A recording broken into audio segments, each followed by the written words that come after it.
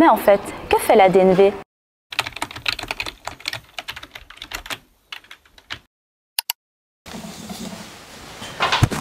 Bonjour à tous, on se retrouve aujourd'hui pour une nouvelle vidéo sur le thème « Mais que fait la DNV ?» Comme vous le savez déjà, nous travaillons sur 3 axes principaux, le développement économique, le développement touristique et professionnel. Et nous sommes 26 collaborateurs qui avons tous un objectif commun, contribuer à la qualité de vie dans le Nord vaudois en développant son attractivité et son rayonnement. Nous avons donc plusieurs publics avec lesquels nous travaillons, les prestataires touristiques, les entreprises de la région, les membres et partenaires de la DNV, les demandeurs d'emploi, les habitants du Nord vaudois et enfin les touristes suisses et étrangers. Et pour vous expliquer au mieux tout ça, je fais appel à notre extraordinaire équipe pour vous en dire bien plus. Merci Luca pour cette petite présentation. Effectivement, aujourd'hui, on vous embarque dans un retour sur 2024. Nous allons passer en revue les actions clés et les initiatives majeures qui ont marqué notre année. Cette année, nouveau record. Nous avons déposé 17 préavis pour la somme totale de 3 337 877 francs, dont 1 million en prêt. Ce chiffre vous interpelle peut-être ou peut-être pas. Alors, pour mieux l'illustrer, nous allons vous présenter 3 projets que nous avons accompagnés. Le premier festival international et interculturel des arts du Tao s'est tenu du 24 au 26 mai à Bullet. L'événement a été un succès avec plus de 3000 visiteurs et 1000 spectateurs en ligne. De notre côté,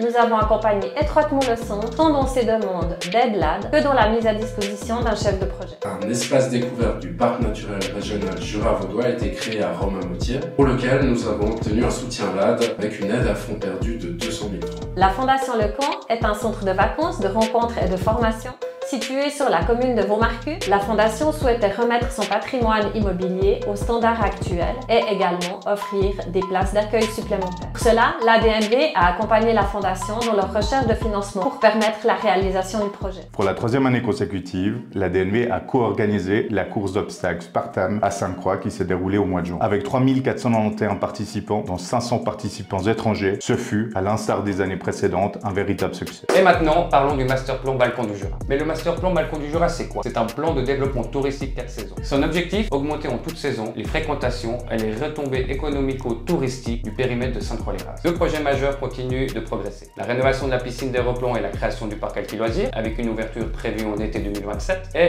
la création d'un centre de compétences VTT au RAS, prévu lui pour 2026. La commémoration des batailles Grand Saint-Maura 2026 se prépare activement. Cette année, un mandat a été donné à l'ADNV et Mora Tourisme pour gérer la communication globale. Nous avons terminé le guidage routier dans les communes de Bullet, Grandson, Mollondin et Orbe. Puis, nous avons installé 7 nouveaux panneaux d'accueil aux principales entrées de la ville d'Orbe. Et enfin défini un concept régional de signalisation piétonne avec les communes pilotes. Le FEMS 2024 a été une réussite tant sur le plan organisationnel qu'événementiel. La DNV a évidemment fortement contribué à cet événement via la mise à disposition d'un chef de projet, d'une coordinatrice ou encore de ses équipes finance et marketing. Le prix PEPS a également été un immense succès avec 11 candidatures contre seulement 1 à 3 les années précédentes. Tout ça grâce à une communication boostée et un démarchage actif de la DNV pour trouver des dossiers. Durant le mois de décembre, nous avons mené une action en partenariat avec Travis, la Christmas Peds, visant à stimuler l'économie de la région en encourageant les habitants à consommer localement. L'idée, simplement, distribuer 500 bons cadeaux provenant de la région dans les transports Travis durant une journée pendant les fêtes de fin d'année. Ouais, on a compris, hein. C'est pas elle qui s'est déguisée en Père Noël et puis qui se baladait dans les transports publics, hein. Maintenant, parlons d'un truc un peu plus sérieux, parlons membres. Nous avons reçu 59 nouvelles demandes d'adhésion en une année, ce qui fait que nous avons comptabilisé 405 membres ADNV privés à la fin de l'année. Au travers des 3 comités locaux, l'ADNV a soutenu 75 projets pour un total de 101 000 francs. Mais du coup, Luca,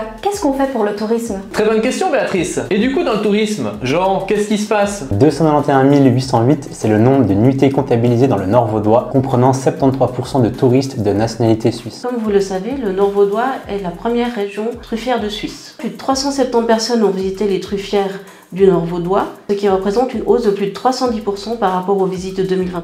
Par la suite, notre concept de produit touristique s'est poursuivi en 2024 avec 4 expériences commercialisées auprès du public. Au total, nous dénombrons 62 participants pour 1760 francs de retombées économiques dans la région. Cette année encore, nous avons mené différentes actions PEDS. Dans un premier temps, la PEDS Card, où 12 000 cartes ont été distribuées et 3000 activités ont été consommées. Puis le PEDS Pass, où nous avons publié 60 annonces pour les différents prestataires de la région. Et les points I dans tout ça? Eh bien, en 2024, nous avons ouvert notre premier point I à la Maison des Terroirs de Grandson. Et en 2025, la porterie de Romain-Motier et les 4 sites touristiques ainsi que la commune de Valorbe qui vont également être des ambassadeurs de points I touristiques. En 2024, l'ADNV a organisé 44 visites guidées avec 738 participants. Par la suite, 5 visites de presse ont été organisées. Nous avons accueilli 6 journalistes, 2 influenceurs et 12 agents de voyage. Concernant les brochures touristiques, nous en avons distribué 23 636. Nous avons également créé et actualisé les supports touristiques du Nord vaudois, notamment la carte des activités hivernales, le plan vélo et VTT, ainsi que les blogs de randonnée. Petit rappel, les réseaux sociaux Yverdon Léman Région nous appartiennent. Et oui Jamy, et si les réseaux sociaux sont la partie visible de l'iceberg, sous l'iceberg se cache un tas d'autres travail. Par exemple, lorsque nous répondons aux médias qui nous sollicitent pour obtenir des informations sur le Nord vaudois, que ce soit le Sydney Morning en Australie ou le journal de la COP avec sa rédaction à Zurich, nous répondons à tout dans les délais les plus brefs et avec le plus d'informations qualitatives possible. Nous avons aussi diffusé un clip promotionnel dans les transports publics et les offices de poste suisse alémanique qui a touché plus de 5 millions de personnes. 29 articles ont été publiés en Suisse en collaboration avec Gretz pour une valeur de 545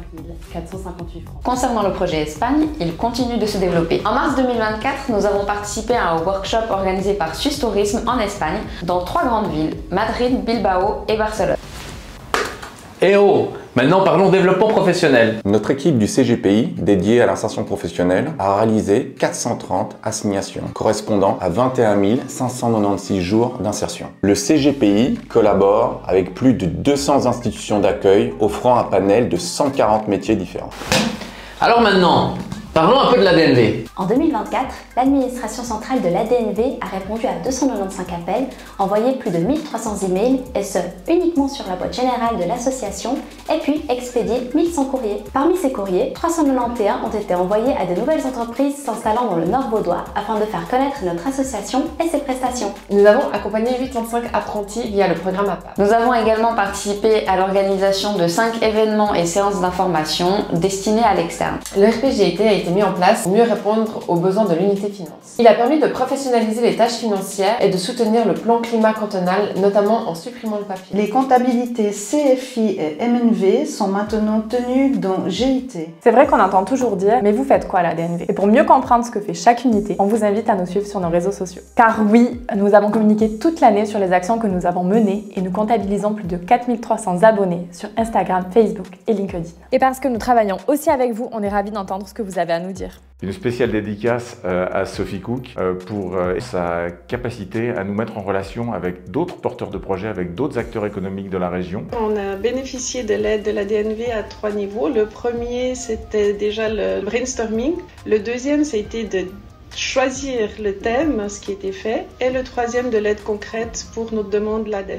J'ai obtenu une aide absolument géniale de Nadia, ses équipes et particulièrement Sophie. Je suis heureux de la collaboration avec l'ADNV qui a fourni un travail exceptionnel pour la com, que ce soit Béatrice, Mélanie, Nadia, Elodie. C'était vraiment un très grand plaisir. La collaboration avec l'ADNV, c'est vrai que c'est pas toujours de manière efficace, c'est agréable. On a pu amener différents éléments sur Grandson et chaque fois on a affaire à leur expertise. C'est vrai qu'avec Madame Métro, avec Monsieur Lassueur, c'est les deux personnes essentielles avec qui j'ai l'occasion d'échanger. Ça se passe toujours de manière très cordiale et c'est vrai qu'on a une expertise qui nous est utile dans la prise de décision.